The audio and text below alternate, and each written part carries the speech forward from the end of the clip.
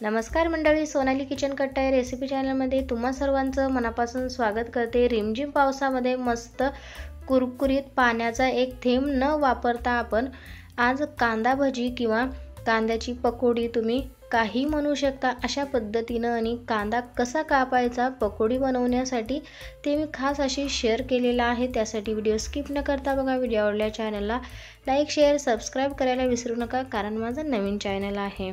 कांदा कापण्यापासून ते कांदा भजी बनवण्यापर्यंत मी खास अशा टिप्स सांगितलेल्या आहेत। कांदा उभा न कापता अशा पद्धतीने आडवा कांदा कापायचा, त्यामुळे कांद्याचे जे काप आहेत ते लांब लांब छान असे तयार होतात। तर छोटे कांदे असेल तर तुम्ही अशा पद्धतीने उभा न कापता आडवा कापा, त्यामुळे आपले जी पकोडे आहेत कांद्याचे छान सुटसुटीत आणि जसे स्वीट होम मध्ये भेटतात त्या पद्धतीने आपले घरच्या घरी तयार होतात। तर अशा पद्धतीने मी दोन्ही आकारात कांदे कापून घेतलेले आहेत आणि ते मोकळे करून घ्यायचे, जेणेकरून एकमेकांना चिटकलेले जे कांदे असतात ते मोकळे करायचे। तर हे सगळे कांदे असे मॅश करून मी एका भांड्यात टाकून घेते। तर आता आपण ह्या कांद्याचे असे सुट्टे सुट्टे जे काप आहेत ते अशा पद्धतीने चुरून मिक्स करून घ्यायचे आहेत आणि यामध्ये सगळ्यात आधी आपल्याला चवीपुरतं मीठ टाकून घ्यायचं आहे। तर आधी मीठ टाकायचं, त्यामुळे जो कांद्याला जे पाणी आहे ते सुटतं आणि त्याच पाण्यामध्ये आपण पीठ कालून घेणार आहोत। त्यासाठी इथं मी बघा एक मिरची, लसणाच्या पाकळ्या एक 5-6 आणि ओवा आणि जिरे असं मी बारीकसर जाडसर कुटून घेतलेला आहे आणि कोथिंबीर अगदी कमी साहित्यामध्ये आपण आणि जास्त मसाला न टाकता मस्त कुरकुरीत अशी ही भजी बनवणार आहोत। जास्त मसाला टाकला ते भजीची चव काहीतरी वेगळीच होते। तर इथं मी थोडीशी हळद टाकलेली आहे आणि धन्याची पावडर टाकून घेतलेली आहे।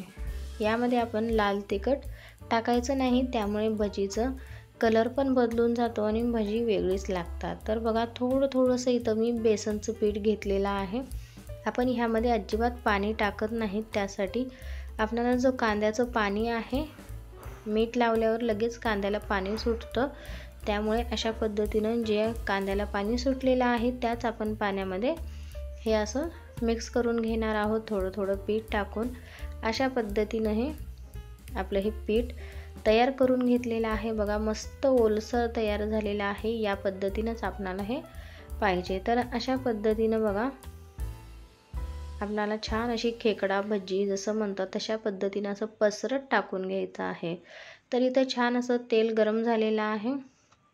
ह्यातलं 1 चमचा तेल मी ह्या मिश्रणामध्ये ओतून घेतलेला आहे आणि मिक्स करून अशा पद्धतीनं मस्त कांदा भजी कांद्याची कुरकुरीत पकोडी तेलामध्ये सोडायचं आहे। तेल छान असं कडकडीत गरम पाहिजे, त्यामुळे ही जी पकोडी आहे ती तेलकट होत नाही आणि छान कुरकुरीत लागते। तर बघा अशा पद्धतीने छान आपल्याला गोल्डन ब्राऊन कलर येईपर्यंत ही पकोडी तळून घ्यायची आहेत। छान ब्राऊन कलर येऊ द्यायचा आहे। तर बघा अशा पद्धतीने छान असे आपले हे तळून घेते। तुम्हाला हा व्हिडिओ कोणत्याही क्षणी थोडा जर आवडला तर नक्की चॅनलला सबस्क्राइब करा, कारण मला तुमच्या सपोर्टची खूप गरज आहे। त्यासाठी चॅनलला सबस्क्राइब करायला विसरू नका आणि एक लाईक करायला विसरू नका। तर बघा अशा पद्धतीनं मस्त गोल्डन ब्राऊन कलर आलेला आहे आणि काढून घेते आणि ह्याच पद्धतीनं मी अजून कांद्याची भजी बनवून घेते। तर अशा पद्धतीनं मस्त कांद्याची पकोडी जसं मार्केटमध्ये मिळते त्याच पद्धतीनं तयार झालेली आहे। अगदी झटपट पाण्याचा थेंबही न टाकता अशा पद्धतीनं मी हे कांदा भजी किंवा कांदा पकोडी बनवलेली आहे। मस्त रिमझिम पावसामध्ये अशा पद्धतीनं तुम्ही घरी एकदा नक्की ट्राय करून बघा। तळलेली मिरची आणि चहा ह्यासोबत मस्त कॉम्बिनेशन होतं। तर अशी ही झटपट व कुरकुरीत रेसिपी तुम्हाला कशी वाटली मला कमेंट्स करून नक्की सांगा। असेच पौष्टिक मस्त कुरकुरीत रेसिपी पाहण्यासाठी चॅनलला सबस्क्राइब करा आणि साईडला दिलेल्या घंटीवर प्रेस करा, जेणेकरून नवीन व्हिडिओचं नोटिफिकेशन तुम्हाला सगळ्यात आधी भेटून जाईल। मस्त कुरकुरीत असे ही कांदा भजी बनवण्यासाठी 2 अशा टिप्स वापरा। गरम करून मी 1 चमचा तेल टाकलेलं होतं आणि अजून कुरकुरीत बनवण्यासाठी ह्यामध्ये 1 चमचा तांदळाचं पीठ किंवा कॉर्नफ्लॉवर तुम्ही टाकू शकता, त्यामुळे छान भजी कुरकुरीत होतात। असाच आपण झटपट होणारा व्हिडिओ घेऊन भेटू पुढच्या व्हिडिओमध्ये। व्हिडिओ पाहिल्याबद्दल धन्यवाद।